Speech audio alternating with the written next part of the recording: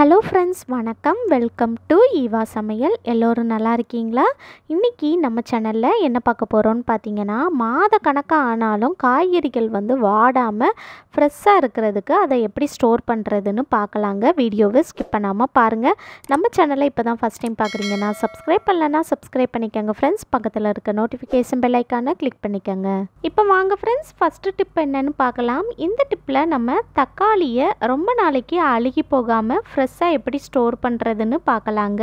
தக்காளி பழத்தில் பூச்சிலாம் அரிக்காமல் இருக்கிறதுக்காக இதில் நிறைய உரம் சேர்ப்பாங்க. அதனால் நீங்கள் தக்காளி பழம்லாம் வாங்கிட்டு வந்ததுக்கப்புறமா இந்த மாதிரி ஒரு பெரிய பாத்திரத்தில் சேர்த்துட்டு அது மூழ்கிற அளவுக்கு நம்ம தண்ணி சேர்த்துக்கலாங்க. இப்போது அடுத்ததாக இதில் ஒரு 1/4 டீஸ்பூன் அளவுக்கு மஞ்சள் தூள் சேர்த்துக்கங்க. இது கூடவே ஒரு 1/4 டீஸ்பூன் அளவுக்கு உப்பு சேர்த்துக்கங்க. இப்போ இந்த தக்காளி பழத்தை தண்ணியில் நல்லா கழுவி எடுத்துக்கலாங்க. மஞ்சள் தூள் உப்பு சேர்த்து நம்ம தண்ணியில் கழுவி எடுக்கும்போது இதில் இருக்கிற கிருமி எல்லாமே போயிடுங்க.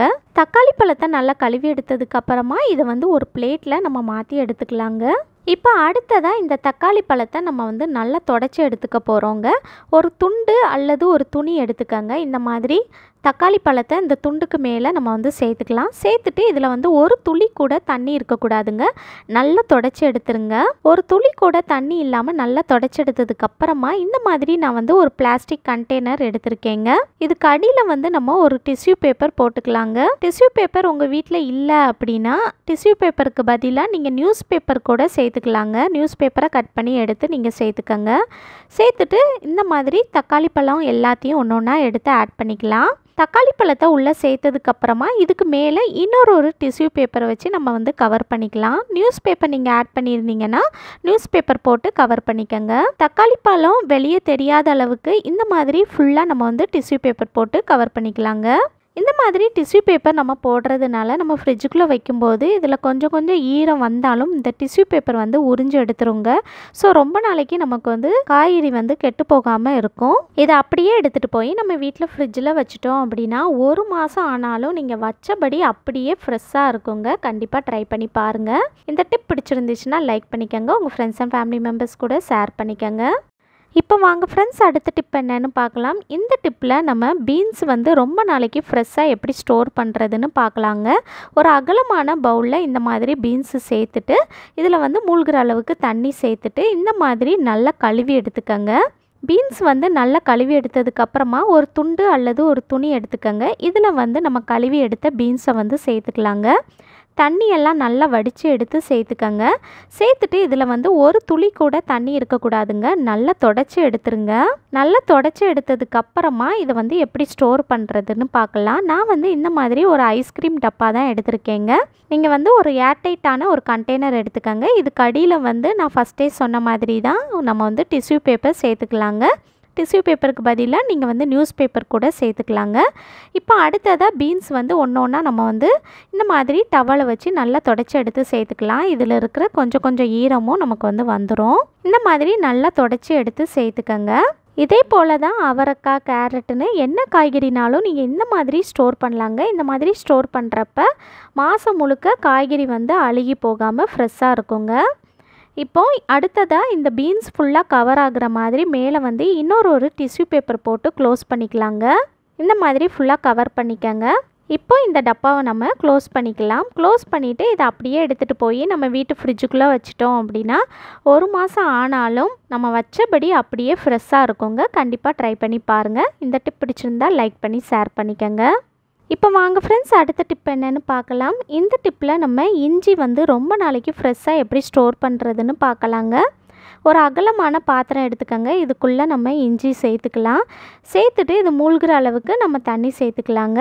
இஞ்சில் நிறைய அழுக்கு, இடுக்குக்குள்ளெல்லாம் நிறைய மண் போய் சேர்ந்துருக்குங்க. அதனால் இந்த மாதிரி கையை வச்சு நல்லா இந்த மாதிரி க்ளீன் பண்ணி எடுத்துக்கலாங்க. தண்ணியில் இந்த மாதிரி நல்லா கழுவி எடுத்ததுக்கப்புறமா அடுத்ததாக இதில் ஒரு துளி கூட தண்ணி இல்லாமல் நம்ம நல்லா தொடச்சி எடுக்கணும். ஃபஸ்ட்டு இந்த மாதிரி நம்ம ஒரு பாத்திரத்தில் மாற்றிக்கலாங்க. ஒரு கண்டெய்னரில் இஞ்சி மட்டும் நம்ம தனியாக எடுத்துகிட்டு ஒரு துண்டு அல்லது ஒரு துணியில் இந்த இஞ்சை சேர்த்து இதில் தண்ணி எதுவும் இல்லாமல் நம்ம நல்லா தொடச்சி எடுத்துக்கலாம். நல்லா தொடச்சி எடுத்ததுக்கப்புறமா அடுத்ததாக இந்த இஞ்சியில் வந்து இந்த மாதிரி கருப்பாக இருக்கிற பகுதி, அதுக்கப்புறமா ஒரு மாதிரி அடி வாங்கியிருக்கும் பார்த்தீங்களா, அதெல்லாம் நம்ம வந்து இந்த மாதிரி கத்தியை வச்சு கட் பண்ணி எடுத்துக்கலாங்க. கருப்பாக இருக்கிற பகுதி, அடி வாங்கின பகுதியெல்லாம் நீங்கள் வந்து இந்த மாதிரி கத்தியை வச்சு கட் பண்ணி எடுத்ததுக்கப்புறமா அடுத்ததாக இதை வந்து எப்படி ஸ்டோர் பண்ணுறதுன்னு பார்க்கலாங்க. நான் வந்து இந்த மாதிரி ஒரு டிஷ்யூ பேப்பர் எடுத்திருக்கேன். டிஷ்யூ பேப்பர் அல்லது இந்த மாதிரி ஒரு காட்டன் துணி இருந்துச்சுன்னா அது கூட நீங்கள் வந்து யூஸ் பண்ணிக்கலாங்க. நான் வந்து டிஷ்யூ பேப்பரில் தான் ஸ்டோர் பண்ணி காட்ட போகிறேன். ஒரு ஏர்டைட்டான கண்டெய்னர் எடுத்துக்கோங்க. இப்போ இந்த டிஷ்யூ பேப்பருக்குள்ளே நம்ம வந்து இந்த மாதிரி இஞ்சை வந்து கொஞ்சம் கொஞ்சமாக எடுத்து ஆட் பண்ணிக்கலாம்.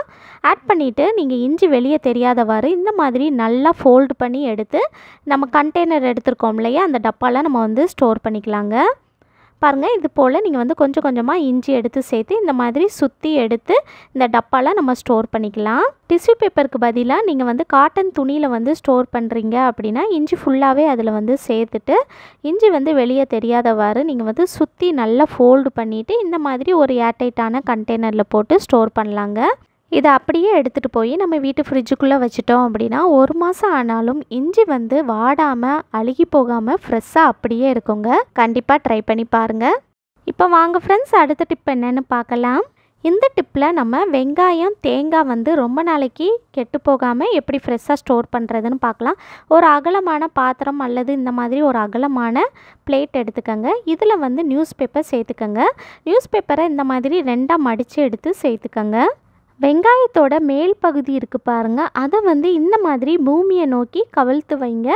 இந்த மாதிரி கவிழ்த்து வைக்கும்போது வெங்காயம் வந்து சீக்கிரம் கருத்து போகாமல், அது மட்டும் இல்லாமல் சீக்கிரமாக அழுகி போகாமல் இருக்குங்க. 1 மாதம் ஆனாலும் நீங்கள் வச்சபடி அப்படியே இருக்குங்க. நியூஸ் பேப்பரில் நம்ம இந்த மாதிரி சேர்க்குறதுனால சீக்கிரம் அழுகி போய் ஒரு மாதிரியான பேட் ஸ்மெல்லாம் வர ஆரம்பிக்கும் பார்த்தீங்களா, அதெல்லாம் இல்லாமல் இருக்குங்க. இந்த மாதிரி அகலமான பாத்திரத்தில் நல்லா பரப்பி வைக்கணும். அப்போ தான் சீக்கிரம் அழுகி போகாமல் இருக்குங்க. அடுத்ததாக நம்ம வீட்டில் வந்து தேங்காய்லாம் வாங்கினோம் அப்படின்னா அந்த தேங்காயை வந்து அப்படியே சாய்ச்சி வைக்காமல் அதோட குடுமி இருக்குது பாருங்கள், அந்த மேலே இருக்கிற குடுமி வந்து மேல் பகுதியில் இருக்கிற மாதிரி இந்த மாதிரி ஒரு பாத்திரத்தில் அல்லது ஒரு தட்டில் வந்து ஓரமாக இது போல் நீங்கள் வந்து ஸ்ட்ரெயிட்டாக வச்சிங்க அப்படின்னா ரொம்ப நாளைக்கு தேங்காய் வந்து கெட்டு போகாமல் அழுகி போகாமல் ஃப்ரெஷ்ஷாக அப்படியே இருக்குங்க. ட்ரை பண்ணி பாருங்கள். இந்த டிப் பிடிச்சிருந்துச்சுன்னா லைக் பண்ணி ஷேர் பண்ணிக்கோங்க. இப்போ வாங்க ஃப்ரெண்ட்ஸ், அடுத்த டிப் என்னென்னு பார்க்கலாம். நம்மளில் சில பேர் வந்து பார்த்திங்கன்னா வெங்காயம், உருளைக்கிழங்குலாம் வாங்கிட்டு வரும்போது வெங்காயத்தையும் உருளைக்கிழங்கையும் இந்த மாதிரி சேர்த்து ஸ்டோர் பண்ணி வைப்பாங்க. அந்த மாதிரி வைக்கவே கூடாதுங்க. அந்த மாதிரி நம்ம ஸ்டோர் பண்ணோம் அப்படின்னா உருளைக்கிழங்கு வந்து சீக்கிரமாக அழுகி போயிடுங்க. ஸோ நம்ம வந்து வெங்காயம் தனியாக, உருளைக்கிழங்கு தனியாக தான் ஸ்டோர் பண்ணணும். ரெண்டுக்கும் இடையில வந்து இந்த மாதிரி கொஞ்சம் கேப் விட்டு ஸ்டோர் பண்ணுங்கள். அல்லது நீங்கள் வந்து தனித்தனியாக ஒரு டப்பாவில் இந்த மாதிரி நியூஸ் பேப்பர் போட்டு ஸ்டோர் பண்ணி வைக்கலாங்க. நான் ஃபஸ்ட்டே சொன்ன மாதிரி சின்ன வெங்காயம் நீங்கள் ஸ்டோர் பண்ணுறப்ப இந்த மாதிரி நியூஸ் பேப்பரில் பூமியை நோக்கி நீங்கள் வந்து இந்த மாதிரி கவிழ்த்து வச்சிட்டிங்க அப்படின்னா சின்ன வெங்காயம் பார்த்திங்கன்னா ரொம்ப நாளைக்கு அழுகி போகாமல் ஃப்ரெஷ்ஷாக அப்படியே இருக்கும். 1 மாதம் ஆனாலும் அப்படியே இருக்குங்க. கண்டிப்பாக ட்ரை பண்ணி பாருங்கள். இந்த டிப் பிடிச்சிருந்தால் லைக் பண்ணி ஷேர் பண்ணிக்கோங்க. இப்போ வாங்க ஃப்ரெண்ட்ஸ், அடுத்த டிப் என்னென்னு பார்க்கலாம். இந்த டிப்பில் நம்ம பூண்டு ரொம்ப நாளைக்கு கெட்டு போகாமல் ஃப்ரெஷ்ஷாக எப்படி ஸ்டோர் பண்ணுறதுன்னு பார்க்கலாம். ஒரு மெழுகுவத்தி அல்லது ஒரு விளக்கில் வந்து நெருப்பு ஏற்றி வச்சுக்கோங்க. இந்த பூண்டோட மேல் பகுதி இருக்குது பாருங்கள், இதிலிருந்து தான் பூண்டு வந்து அழுக ஆரம்பிக்கும். ஸோ இந்த மாதிரி முனைப்பகுதியை நெருப்பில் நல்லா சூடு பண்ணிக்கலாங்க. நெருப்பில் நல்லா சூடு பண்ணி இந்த மாதிரி நல்லா கருப்பாக்கிடுங்க. இது போல் நல்லா கருப்பாக்கிட்டு அதுக்கப்புறமா இந்த மாதிரி ஒரு அகலமான பிளேட் அல்லது ஒரு அகலமான பாத்திரம் எடுத்துகிட்டு அதில் வந்து அடியில் இந்த மாதிரி ஒரு நியூஸ் பேப்பர் விரிச்சிட்டு பூண்டோட முனைப்பகுதி வந்து இந்த மாதிரி பூமியை நோக்கி கவிழ்த்து வைங்க. இது போல் நம்ம வந்து எல்லா பூண்டையும் அதோட மேல் பகுதியை வந்து ஒன்றா எடுத்து இந்த மாதிரி நெருப்பில் நல்லா காட்டி கருப்பாக்கிட்டு அதுக்கப்புறமா எடுத்து இந்த மாதிரி நியூஸ் பேப்பரில் கவிழ்த்து வச்சோம் அப்படின்னா 1 மாதம் ஆனாலும் பூண்டு வந்து அழுகி போகாமல் கெட்டு போகாமல் ஃப்ரெஷ்ஷாக அப்படியே இருக்குங்க. கண்டிப்பாக ட்ரை பண்ணி பாருங்கள். இந்த டிப் பிடிச்சிருந்துச்சுன்னா லைக் பண்ணி ஷேர் பண்ணிக்கோங்க. இப்போ வாங்க ஃப்ரெண்ட்ஸ், அடுத்த டிப் என்னன்னு பார்க்கலாம். இந்த டிப்பில் நம்ம பச்சை மிளகாயை 1 மாதம் ஆனாலும் அழுகி போகாமல் ஃப்ரெஷ்ஷாக எப்படி ஸ்டோர் பண்ணுறதுன்னு பார்க்கலாம். இந்த மாதிரி நல்ல பழுத்த பச்சை மிளகா அல்லது அடிபட்டிருக்கும் பாருங்கள், அந்த மாதிரி இருக்கிற பச்சை மிளகாயெல்லாம் நம்ம வந்து தனியாக எடுத்துக்கலாங்க. நல்ல ஃப்ரெஷ்ஷாக பச்சையாக இருக்கிற பச்சை மிளகா வந்து தனியாக இருக்கட்டும். இப்போ நான் அடிப்பட்ட பச்சை மிளகா, பழுத்த பச்சை மிளகாலாம் தனியாக எடுத்துட்டேங்க. இதை வந்து 2 நாளைக்குள்ளேயே நீங்கள் வந்து சமையலுக்கு பயன்படுத்திடுங்க. இப்போ நம்ம ஃப்ரெஷ்ஷாக இருக்கிற பச்சை மிளகாயை நம்ம வந்து எப்படி ஸ்டோர் பண்ணுறதுன்னு பார்க்கலாம். இப்போ இந்த பச்சை மிளகாயில் இருக்கிற காம்பு எல்லாத்தையும் நம்ம வந்து கட் பண்ணி எடுத்துக்கலாங்க. காம்பெல்லாம் நீங்கள் வந்து எடுத்துருங்க. காம்போடு நம்ம வந்து ஸ்டோர் பண்ணோம் அப்படின்னா சீக்கிரம் அழுகி போயிடுங்க.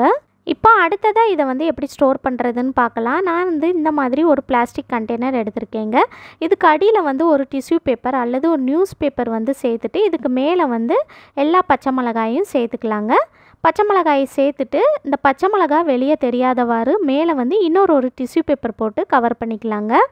கவர் பண்ணிவிட்டு இந்த டப்பாவை க்ளோஸ் பண்ணிவிட்டு அப்படியே எடுத்து நம்ம வந்து ஃப்ரிட்ஜுக்குள்ளே வச்சிட்டோம் அப்படின்னா 1 மாதம் ஆனாலும் பச்சை மிளகா அழுகி போகாமல் ஃப்ரெஷ்ஷாக வச்சபடி அப்படியே இருக்குங்க. கண்டிப்பாக ட்ரை பண்ணி பாருங்கள். இந்த டிப் பிடிச்சிருந்தால் லைக் பண்ணி ஷேர் பண்ணிக்கோங்க. இப்போ வாங்க ஃப்ரெண்ட்ஸ், அடுத்த டிப் என்னென்னு பார்க்கலாம். இந்த டிப்பில் நம்ம மல்லி இலையை 1 மாதம் ஆனாலும் அழுகி போகாமல் ஃப்ரெஷ்ஷாக வச்சபடி அப்படியே இருக்கிறதுக்கு எப்படி ஸ்டோர் பண்ணுறதுன்னு பார்க்கலாங்க. ஃபஸ்ட்டு வந்து இந்த கீழே இருக்கிற அந்த வேரை வந்து கத்தியை வச்சு கட் பண்ணி எடுத்துக்கலாம். இப்போ அடுத்ததாக கீழே இருக்கிற தண்டு இருக்குது பாருங்கள், அதை மட்டும் தனியாக நம்ம வந்து கத்தியை வச்சு கட் பண்ணி எடுத்துக்கலாங்க. மேலே இருக்கிற அந்த கொத்தமல்லி இலையை வந்து இந்த மாதிரி சின்ன சின்னதாக நம்ம வந்து கத்தியை வச்சு கட் பண்ணி எடுத்து வச்சுக்கலாம். இப்போ அடுத்ததாக இந்த மாதிரி ஒரு பிளாஸ்டிக் கண்டெய்னர் எடுத்திருக்கேங்க. இதுக்கு அடியில் வந்து நம்ம இந்த மாதிரி ஒரு டிஷ்யூ பேப்பர் போட்டுக்கலாம். டிஷ்யூ பேப்பரை 2ஆக மடித்து எடுத்து போட்டுக்கோங்க. இப்போது இதுக்குள்ளே வந்து நம்ம கட் பண்ணி எடுத்த அந்த கொத்தமல்லி இலையை சேர்த்துக்கலாம். கொத்தமல்லி இலையை மட்டும் நம்ம வந்து சேர்த்துக்கலாங்க. சேர்த்துட்டு இதுக்கு மேலே ஒரு டிஷ்யூ பேப்பர் இந்த மாதிரி போட்டுருங்க. அந்த கொத்தமல்லி இலை வெளியே தெரியாதவாறு இந்த மாதிரி டிஷ்யூ பேப்பர் வச்சு கவர் பண்ணிவிட்டு அதுக்குள்ளே வந்து நம்ம கட் பண்ணி எடுத்த அந்த கொத்தமல்லி தண்டு இருக்குது பாருங்கள், அதை வந்து சேர்த்துக்கலாங்க. நம்ம வந்து ரசம் அல்லது சூப்பெலாம் வைக்கும்போது கடைசியாக இந்த மாதிரி கொத்தமல்லி தண்டை வந்து எடுத்து அப்படியே தூவி விட்டோம் அப்படின்னா ரசம் வந்து ரொம்ப டேஸ்ட்டாக இருக்கும். சூப்பும் நல்ல வாசனையாக ரொம்ப சூப்பராக இருக்கும். கண்டிப்பாக ட்ரை பண்ணி பாருங்கள்.